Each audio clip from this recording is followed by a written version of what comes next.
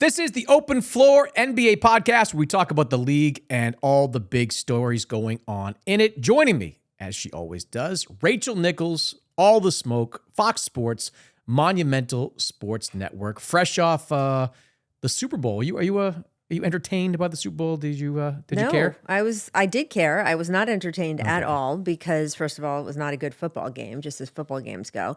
And I grew up in Washington, D.C. Ah, yes. We Commanders. don't like the Eagles. Yeah. We don't like anyone else in the NFC East. A pox on all of your houses. Yes. So, yeah. But I mean, it's nice to see people happy. I watched more for the commercials. I'm always a big fan of. What was your fave? Always the Dunkin' Donuts stuff. Yeah. As a Boston guy, seeing Jeremy Strong in a vat of coffee, like playing into the method acting, it was great. Have you gone online? Because there's a 7-minute version of that ad. I have not seen that. See? Wow. I'm here to inform Chris Mannix. 7-minute version of that ad? Yes. Have you watched it? I haven't because I am not from Boston. I know. When I first did the Dun King stuff, I tried to buy one of those outfits, but they were sold out in like a matter of minutes. I mean, I know some people. I think we can get you something. I want a Dun King's outfit. I wanted one when I got the full body when painter I went on suit? when I went on my bachelor party last summer. Yes. My goal was to wear the Dun King's outfit for the entire weekend. I mean, I get that. In Vegas. Sure. I'd wear it all weekend long. And I couldn't get one. Couldn't get my hands on one. I even private messaged Duncan, tried to play hey, I'm from Boston. I'm big reasonably time known reporter. I'd love to wear it. I'll pay for it. Just, right. Give me no response whatsoever. So all right, we're gonna work on this. This is a new mission for all the right, pod. There's your there we go. Super Bowl update, commercial update as well. All right, so we have to talk about Luka Doncic, who made his Lakers debut on Monday. We're gonna pack a lot of layers on Luka today. Doncic was playing for the first time since Christmas, scored 14 points in 24 minutes. He had 5 rebounds, 4 assists, little erratic shooting-wise, 1 for 7 from 3, and some of his passes were all over the place. But the Lakers blew out the Jazz, 1-0 in the Doncic era. You were there at Crypto.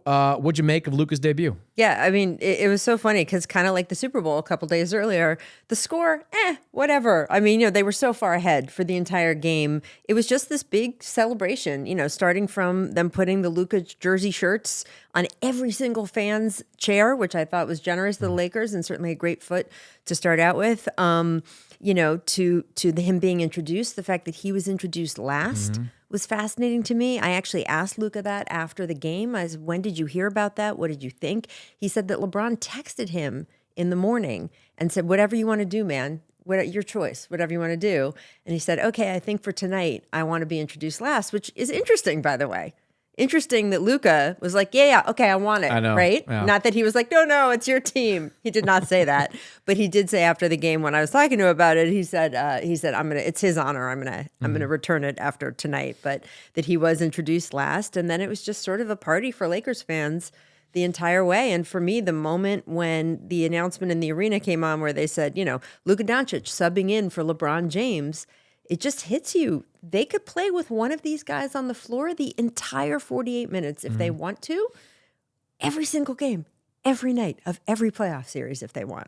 Yeah, there were some good moments that stood out in that game. JJ Redick talked about kind of the horns action he ran with Luka, LeBron, and Austin Reeves and how it set up an open 3 off a LeBron pass. And he believes that's the kind of action that could have a lot of success with these guys because they're all great decision makers, all great shot creators. He can see the potential of that offensively. Luka, you catch him on a switch. He had Walker Kessler on him that first 3. He eats up centers all day long. He's going to make that shot at a pretty high percentage, I think, during the year. He had that long pass to LeBron in the open floor, led him perfectly. So there was obviously going to be some rust on Luka not playing since Christmas, coming off the calf injury. Obviously trying to work his way back into game shape, but I thought it was solid overall. What were the vibes like though in the arena? Because you mentioned all the gold shirts, and I thought that was a brilliant marketing move by the Lakers to put 18,000 T-shirts with Doncic's name on it on the back. I love LeBron coming out in one of those gold T-shirts. Yes. LeBron's all in on the Luka era there. He's pushing his chips all the way into the table. What was the energy like in the building? I mean, again, it's just sort of, I think Lakers fans can't believe their luck, right? I mean, there's the whole Lakers exceptionalism thing, and, Lakers always get the free agents. People ask for trades to the Lakers from Kareem to AD, et cetera, et cetera. This was literally just a gift that was thrown at them. And people cannot believe that they're going to have 10 years of this guy who's so electric, who, yes, as you said, was a little rusty last night, and he admitted he was a little nervous before the game, but who we've all seen what he can do. I mean, he's just so much fun to watch. So there was that atmosphere in the building of, man, this is going to be such a good time no matter what happens. And I think it's true in any market that it's not all about winning. I know sports is supposed to be about that championship, but the truth is fans have fun at games all year round. You're not a fan if you're not enjoying it also in December and March and all the other times of year. And I think that's true, frankly, in LA more than any other time, any other place, because with the Lakers, if the celebrities are there, if the game is popping, if the Laker girls are out and doing their thing, the whole event is an evening unto itself, as opposed to just how is this going to count toward our win and loss record in terms of winning the championship. And the fact that the Lakers now have this traveling party that's going to continue to exist post-LeBron with Luka Doncic. I think fans were all of that was coming into play last night, and they were enjoying it. Not for nothing, but the Lakers are white hot right now. I mean, they've 10-1 in their last 11. 10 of their last 11, 6 straight with that win over Utah. I was looking up some of the stats over this 11-game stretch. They are 5th in the league in offensive efficiency during that stretch. They're number 1 in defensive efficiency, which is a remarkable statistic for a team that is not very good on paper. And hasn't had Anthony Davis not just last night, but for 5 games? Yeah, several of these games. Yeah. They're playing great defense. How much of this, and we're going to get into Mark Williams and what happened there in a minute, but like how much of this is sustainable? Because you look at the Lakers and you can see the offense being top 5. Like you can see them having an elite offense even without any real front court help. But like how can they sustain this defensively? Can they get enough stops to be a contending team? Because right now that win pushed them to 4th in the Western Conference. So by any metric, they are a contender. Look, one of the things that Nico Harrison said to justify the trade on his end was defense wins championships. We've talked about that. I'm not sure that's true anymore.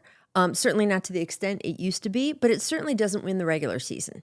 So I think with the offensive firepower that the Lakers have, especially now, I think that they will win a lot of games between now and the end of the regular season, assuming health on everyone's part, which will put them in a good position in the playoffs for playoff matchups. The question is, will they then run into a team with a huge, upfront attack that they can't really fight against, and night after night with not being able to put up the kind of defense that we do expect in the playoffs, regardless of whether it wins you the championship or not, whether that is where they're going to stumble, and they could end up having this really good regular season record and be in a great position seeding wise in the playoffs, and you hit the wrong team in the first round and you could still lose with this roster. I mean, what do you think? I think there's going to be nights in the second half where they get bludgeoned, because I think as teams settle in and look at this Lakers rotation, especially with that backcourt, where you've got Austin Reeves, who's been hunted all season long, Luka, even at his best, is an average defensive player. LeBron is the difference maker. He's playing out of his mind defensively. Sure. Like his defensive game has been ratcheted up several notches over these last few weeks. It is fair to wonder if it's sustainable for the next 2.5 months. Like that's going to be tough. So, more than that. Right. 2.5 months, and then the real season starts. And the postseason. I'm more thinking like the regular season. Yes. I think they're going to have some nights where they just get smoked, like defensively, because they don't have anybody backstopping it right now. Jackson Hayes is the starting center. The next big is Christian Koloko hanging out there on the bench. Rui Hashimura in that front court. They don't have shot blocking. They don't have rim protection there. And so I think that's going to be a problem for them defensively. There's now the latest reporting as of this minute on this podcast, and of course it changes every 5 seconds. Apparently trades get done and undone every 5 seconds. Yes. Is that Alex Len was supposed to sign with Indiana, and that is now possibly getting unfurling, and that he will in fact end up here in LA with the Lakers. I don't know if that changes this picture that you're painting. I think it helps. I can count on a couple of fingers the number of guys that sign up at the buyout market that have made an impact. Like they just never do. He wasn't getting minutes before, right? There's a reason guys are available on the buyout market. They almost never make a tangible impact. But look, if you are desperate for bodies, Alex Len's a body up there. He can play some minutes. I want to talk though about this Mark Williams deal, which is just a wild turn of events. Last week, LA believed they had acquired its center of the future when they traded for Mark Williams. Williams didn't have time to unpack his bags before the Lakers rescinded the trade, flunking him on the physical. LA's reasons reportedly did not have anything to do with Williams' chronic back injury, which has limited him to 40% of Charlotte's games through his first 3 seasons. Believe that if you want. Your thoughts on the Lakers rescinding the Mark Williams trade? I think this is a fascinating loophole in the NBA trade world, that if you have any regret afterward, I mean, do you even have to say what it is? I know you Not don't have to really. say publicly. I don't even think you have to say privately. Well, I mean, it can be a hangnail, I keep reading. Yeah. So you don't, you can flunk a physical for any reason. Right. And you don't have to reveal it. Like even now, like we don't officially know. The Lakers haven't come out and said he failed his physical. They just said we are rescinding the trade. The obvious assumption is that Williams failed his physical because Dalton Connect didn't fail his physical. Right. It's a wild move though. Like what is wrong with this guy that you are willing to pull back on a trade that would have brought you a 23-year-old potential franchise center? Like there's got to be something significant going on with Mark Williams to make them undo all that, isn't there? Do you feel 100% sure there's something significant? You with think Mark it's buyer's Williams? remorse? I don't know. I'm speculating. There's no reporting here. I am just saying that it is curious Is your reporting to looking me. at the expression on Dalton Connect's face all during the game last night? First of all, Dalton Connect has had the most yo-yo, has it been 96 hours at this point or whatever it is, and has got to be thanking the Lord. Everyone was like, oh, how's Dalton Connect's going to feel some kind of way? I'm like, yeah, he's going to feel grateful is how he's going to feel. Can you imagine, first of all, okay, you're drafted to the Lakers, which was not necessarily expected in the first place. You get to play with LeBron James, you're in LA, you're wearing the purple and gold, all the history, you meet Kareem, you meet Magic one day, you do this on that day, you do whatever. Then not only that, the fans love you, they embrace you. You come in with Bronny and like, boom, everyone's like, oh, Dalton Connect, the Connect Four, the connection, all the stuff. Then Luka Doncic gets traded to the place you're in. You're like, Ma, I made it. Wearing the gold. Everyone's chanting my name. I've got Luka. I've got LeBron. Oh, by the way, you're going to spend the next 10 years of your career in Charlotte. Oh, wait, no, never mind. I mean, that's a crazy... Dalton Connect played his college ball at Tennessee. Maybe he likes a smaller market. Mm-hmm. I don't know. I mean, who wouldn't want to play with Luka and LeBron? I get that. You get a lot of wide open shots with those guys. My point is, I don't know if something is really wrong with Mark Williams, in which case it's just a little bit strange that they sat there the day before and said, we've reviewed everything. Yeah. Rob came out and he said, we feel very confident. We've seen, we haven't seen him physically, but we've seen all the electronic records. We know who he is. That he's growing into his body still. Apparently, Kurt Rambis sat down with the medical staff. Growing into his body. He's and 23, was talking not 15. About how big men still grow in their early 20s. I mean, they gave us all of this stuff about how physically they weren't worried about him. They gave up a tremendous amount of their asset pool for him. Mm-hmm. And I just wonder, again, speculation, wondering, not reporting. I wonder if this was purely, we saw something in the physical that came out of total left field and we didn't expect, or it was like, we got our hands on this guy and all of the issues we heard about are real and we gave up a lot for him. And I don't know if that was a good idea. So I don't know. There's no way to know because it doesn't have to be public. Do you think that ownership, Shams reported that Charlotte was talking to the league about what could be done here. Do you think there will be some sort of move at some CBA at some point for enough owners to sit there and say, we got to tweak this somehow, that someone can't go back on a trade 3 days later? If you fail a physical, you fail a physical. Now, this doesn't happen very often in the NBA. But should it be reviewed by NBA medical experts or something? Maybe you can do it along those lines. But if a team, I feel like there's always going to be enough space for a team to kind of say, we don't like that, so we're not doing this deal. We're believing his physical has failed. Like, and again, this is not like, I'm looking back at the number of times happened in the past. In 2009, the Thunder rescinded that deal for Tyson Chandler because of Chandler's toe injury, which was a chronic thing for him. Which, by the way, he then went on to play a decade and help win a team win a championship. Exactly. 94, the Rockets and Pistons had a deal involving Sean Elliott. Sean Elliott flunked his physical. He went on to play a bunch of more years as well. So it's not unprecedented, but it rarely happens. And I'm just fascinated by it. Like you had to look, the guy had missed 60% of Charlotte's games. You knew he was injury prone. But did you really believe that he wasn't going to, that he wasn't going to hold up for the long term. Because they didn't do this deal for this season necessarily. It certainly makes them better this season having a legitimate starting center in the fold. But they were doing it because they want this guy catching lobs from Luka for the next 10 years. I mean, I think they were trying to have it both ways. Yeah. Because if it really was about the next 10 years, I'm not sure that's the guy you go get. Because he does have an injury history. 60% of games he's ever been eligible to play is a lot to miss. So I think it was a little bit of, hey, Luka, according to reporting, had identified Mark Williams as someone he'd like to play with. I think it was a little bit about trying to make him happy. I think it was a little bit about, yes, he's 23 years old and be a great person to pair with a 25-year-old Luka Doncic. But it was also a move to have it both ways and tell LeBron James, hey, we still want to give you a good shot to win now, to win this year, to win next year. If you weren't worried about that at all, wouldn't you wait until the summer? And that is, in fact, now what they get to do. So again, I'm not reporting anything. It could have been 100% physical. I'm just saying I was a little surprised when I saw how much they gave up for him, considering who he is.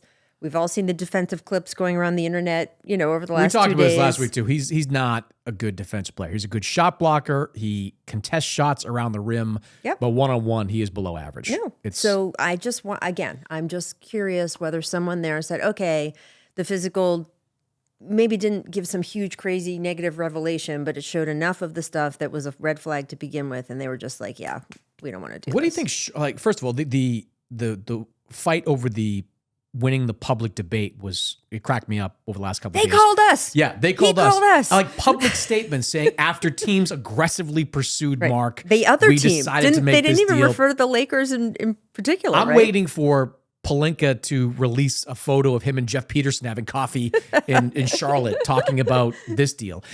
Like both these teams were obviously trying to salvage their relationship with the players, specifically Dalton Connect. Cam Reddish is not long for the Lakers regardless, but Dalton Connect, if he's coming back, they've got to get him mentally back in the fold. Same thing with Mark Williams.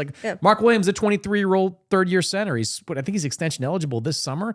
So you've got to start talking about this. But now Charlotte is apparently are they trying to put the deal, get the deal back on? They're going to the league according to ESPN. Trying to revisit this.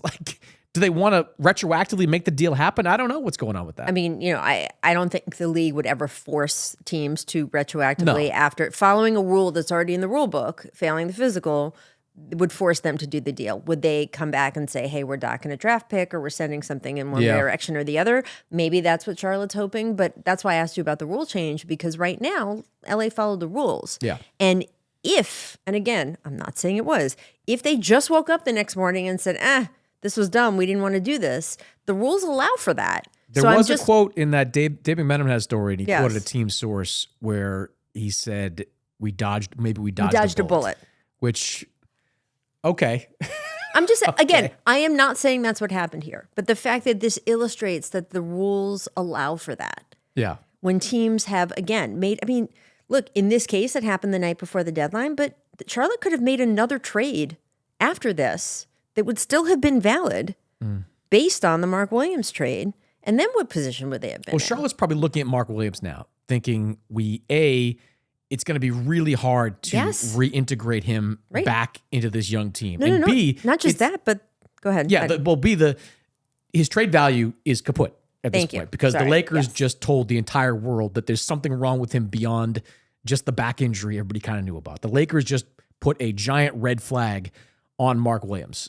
That's my point, is that again, I am not A, saying this is what the Lakers did, or B, blaming them because they followed the rules. There's a lot of subsets here, A's and B's.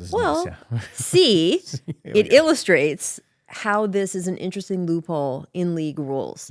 And the fact that another team can change its mind for no reason if they want, again, not saying that's what's happened here, but they can, and devalue your asset and potentially get you in a knot of situations because of subsequent trades you might make based on this deal, right? The Lakers traded away AD. The whole reason they're interested in Mark Williams is because they traded away AD and needed a center. So let's say Charlotte had traded away Mark Williams and made some other deal to back up that position. They would still be on the hook for that deal just because the Lakers changed their mind.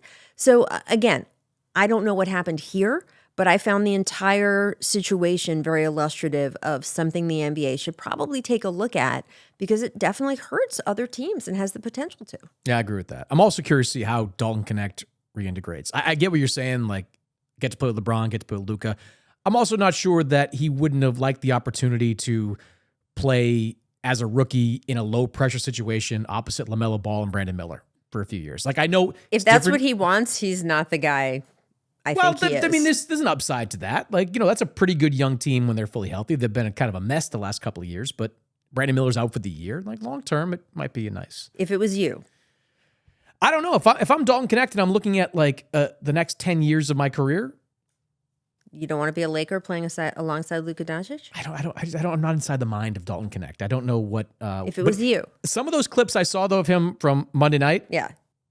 Body language didn't like he was healthy, wasn't playing. Yeah. Maybe that was kind of like, let's just get your mind back around back in it. Being a Laker. I'm curious to watch him over the rest of the season. See what he. I think he's going to be fine. He should be fine. And if this turns into some pouting or some whatever, I just know you're anti-Charlotte. You don't love the Buzz City. Charlotte's lovely. You don't love Buzz City. Charlotte's underrated. The lake is beautiful. I'm just saying, basketball wise. LaMelo should have been an all-star. Wow. And now we're here. Thank you, ladies and gentlemen. All right, we've got to talk about Dallas, which it's really bad. It's really bad in Dallas. The Mavericks on Saturday got a brief reprieve from all the backlash surrounding the Doncic deal when they beat Houston. That was a pretty cool moment. Outside the arena, it was bedlam. It was bedlam. Protest. There was a casket. A lot of signs, whole mess of things. Inside, AD goes for 26 points, 16 rebounds, 7 assists, 3 blocks. And for a moment, you could see what Nico Harrison and the Mavericks were hoping for with this deal, winning behind defense. The next day, we learned that Davis has another groin injury, and he will likely be out for at least the next month, maybe even longer. The Mavericks are not offering any new information as we record this on Tuesday. On Monday, the Mavs lost to Sacramento. Daniel Gafford went down with a knee injury in that game. That did not look good.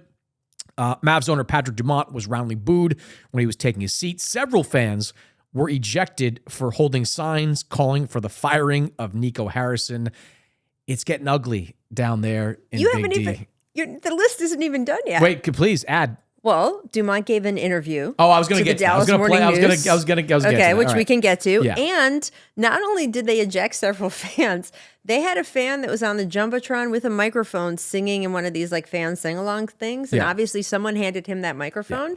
And several times the Jumbotron went to him and he mouthed "Fire Nico." Yes. And he got tossed. He was one of the fans that got tossed on Monday. But I mean, that's embarrassing.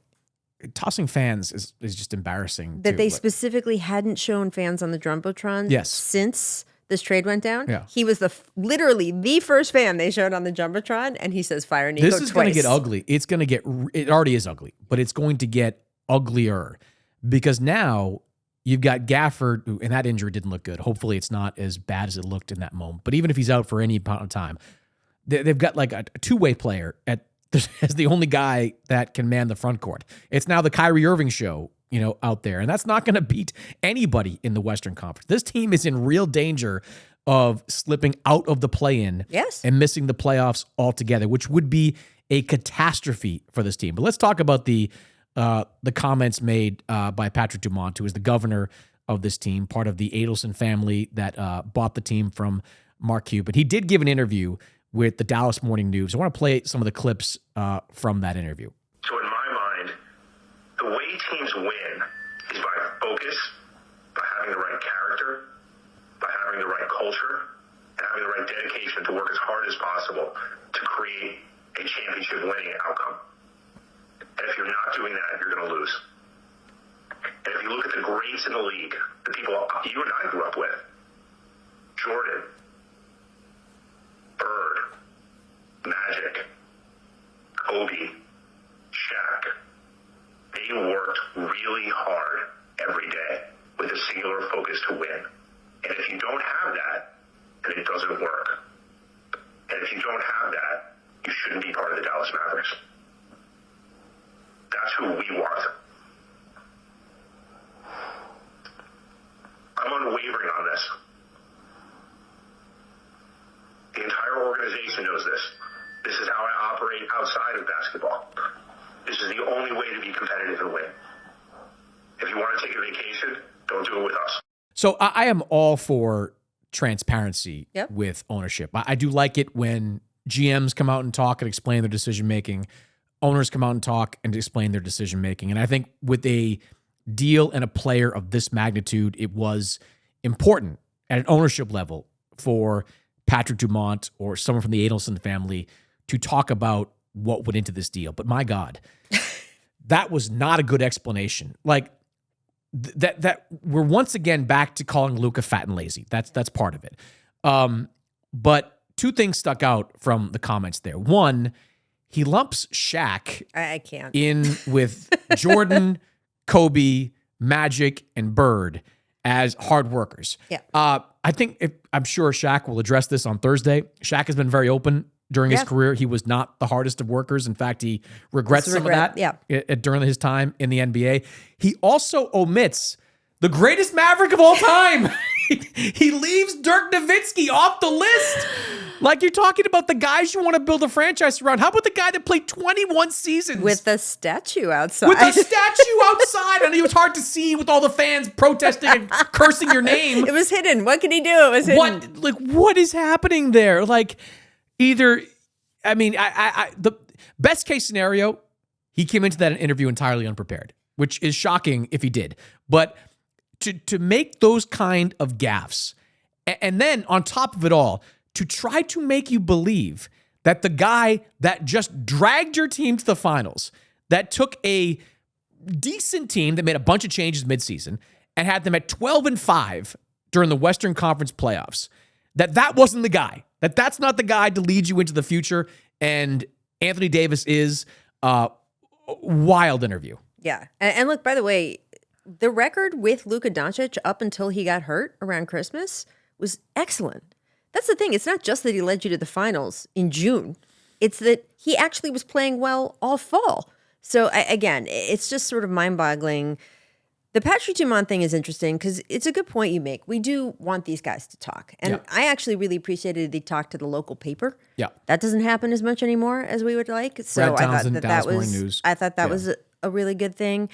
So I want to be careful because you don't want to start jumping on these guys every time they open their mouths, because the other option is just to be Jim Dolan or Knicks management in general, who never explain anything.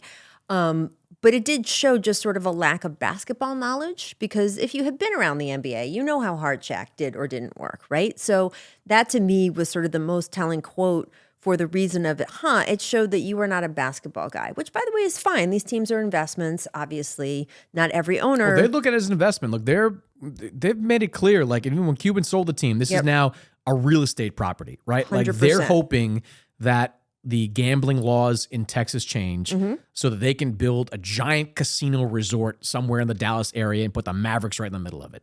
So maybe the thing you say if you're being prepped for that interview is, look, I think I hired the right guy in Nico, which he did back Nico through the interview. He says that this is the right thing to do, and we're going to go with the guys I hired. That's all you can do, is ask me to be loyal to the guys I hired. That's the correct answer if you don't know enough about the NBA to say, actually, the hardest working example I can come up with is Shaq. So that was disappointing. Come up with Shaq. I'm not sure what I'm more blown away by, coming up with Shaq or omitting Dirk. But this goes back. This whole thing then goes back to why did you trade Luka in the first place? You're betting against the next 10 years of Luka Doncic. Why did you make a deal where you only talked to the Lakers and therefore didn't get back as many assets as you could have? And Anthony Davis being the guy that you wanted is a bit of a question in and of itself, because I agree that if he is a healthy player, he can possibly give you in this year, next year, a great window to win a championship. But he is not consistently a healthy player. No. The fact that he got hurt the other night was not a fluke. And I think that's the thing that's a little bit got Dallas fans just even more up in arms. Yes, it's a little bit of a fluke that it happened the first night that he was playing, but it's not a fluke overall. In fact, if you look at the last span of games since Anthony Davis was with the Lakers and Luka Doncic was with the Mavericks, Luka has played a higher percentage of his games than AD has. And AD's only getting older and only is older. So making this deal, being so singularly focused on Anthony Davis, I'm not even going to talk to anyone else, being so singularly focused on Anthony Davis, I'm willing to leave that other number one pick on the ground, because that's what the Lakers are going to give us, and they're not giving us that pick, and I want AD no matter what. That is where the judgment, to me, I really have to question. I like Nico. You like Nico. We've both been around him for so long, way before he took this job. You and I knew him very well from his dealings and work with Nike and Kobe. This is the part that continues not to make sense to me. I would never have traded Luka Doncic, even if everything that Patrick Dumont and Nico and all the rumors and all the back little whatever we have heard is true. Even with all of that, I never would have traded Luka. But to trade him in this way for this player at this time is the thing that confounds me even more than trading him in the first place. And everybody's been saying, like, AD's now been healthy for 2 consecutive seasons. Well, no, it's only 1 now. Because last year was the healthy season. Yes. This year, we haven't even gotten to the All-Star break with him suffering a major injury. An injury that could potentially keep him out. I don't want to even speculate because we don't know, but the reporting is at least a month. I think it is troublesome that we've not heard an update from the Mavericks up until this point. I thought it was wild that Jason Kidd didn't come out after the Kings loss and speak to reporters. I have not heard of that. That's very rare in the NBA. I mean, especially from Jason, who's sort of like, yeah, I'll talk to, he's not media unfriendly. He's been in the media. The whole thing is such a mess. And I really just wonder again what you were thinking betting on a guy who is obviously a tremendous, tremendous talent, but who is only getting older. And you and I have been talking about this the entire season since I joined you on this podcast. Age is not nothing in the NBA. And I know that we're so used to now. LeBron's 40. Kevin Durant, those guys are exceptions. It's still true that in your 30s, you are then in the back half of your career, and especially if you've been injury prone, if you're a bigger guy, all of the things we're seeing. Joel Embiid just told Lisa Salters that he might need another surgery again. Another wild quote. Right? We don't have time to get into that, right? but that's another. But I'm just saying again. that, like, guys in their 20s are different from guys in their 30s. Yeah. And if you are backing the upside of an injury history guy in his 30s, that is a real choice, and I'm still confused that they made it. You've got a 3-year window with Anthony Davis. Well, no, because you don't have this year anymore. Right, Because no, I'm you're saying, sitting this here, year's blown up. Like, you're I'm saying sitting this here and sounds saying, oh, it could be a month. That concerns me. That's half of their remaining season. Yeah. Derek Lively's not coming back until maybe the playoffs. I mean, this is done. Yeah. I can't see a path for them to have success in the playoffs at this point. Yeah. Because they're going to barely make a play-in seed and then play what? The number 1 seed, play Oklahoma City? It's not going to happen. It's 3 years, including this season, and this season feels like it's a wrap. Right? This season, you're blown. Now you're talking about going into next year where AD is a year older, Kyrie is a year older. If Kyrie's still on the team, do that part. I mean, I think Kyrie stays there. I think Kyrie now has huge leverage over the Mavericks, and he can hold their feet to the fire on a new deal. So I do think you're skeptical. You think Kyrie's going to go to the Lakers? I mean, look, I think like when you're doing odds, the highest likelihood is that Kyrie stays. Yeah. Sure, I do not know if it's an over 50% chance. Really? Well, here's what I think that Kyrie has loyalty to the Mavericks because did I just say Lakers? I meant Mavericks. Mavericks, yeah. Yes. That Kyrie has loyalty to the Mavericks because of them betting on him when a lot of other teams didn't want to. Even given that, he still shopped himself around that following summer. So the Mavericks traded for him at a time when everyone said they were crazy. They gave up a bunch of assets for him when he was going to be a free agent that summer. You could not have believed in Kyrie more than Dallas believed in him at that moment when nobody else did. And he still went and looked for another deal that summer. So do I think that he has an affinity for Dallas, wants to stay there, has his family there? Yes, I think all of that's important to him. He also just watched the organization trade away its cornerstone. He knows what the back half or the end of his career will look like with Anthony Davis being there instead of Luka. Do I think he's going to look around this summer? Yeah, I think he is. And by the way, I think he should, right? I mean, these guys, again, have been demonstrated over and over again. We'll get rid of anyone, right? There's no loyalty. I just think he's got huge leverage to get a big contract. And I think that's, I don't know if he has that leverage anywhere else. You don't think so? I don't know. I mean, think about where he could go. Like, he's not going back to Brooklyn. Like, No. Detroit's not really an option. Correct. Houston, I don't think they're bringing I mean, him in. I think, like, could he sign and force a deal at some point? Like, maybe. I think that's more I just think he's in a better position than he was the last time he was a free agent. Oh, yeah. I think his last time reputation he was in an awful position. Right. I think his reputation off the court has been rehabilitated. Yes. I think that obviously on the court he has shown what he still has. I just think that it's not going to be a slam dunk about them keeping them. I think it's the most likely thing that they keep him. But even if they keep him, he has his own injuries issues as he's aging. Yeah. It's just perplexing. It remains perplexing, Chris Mannix.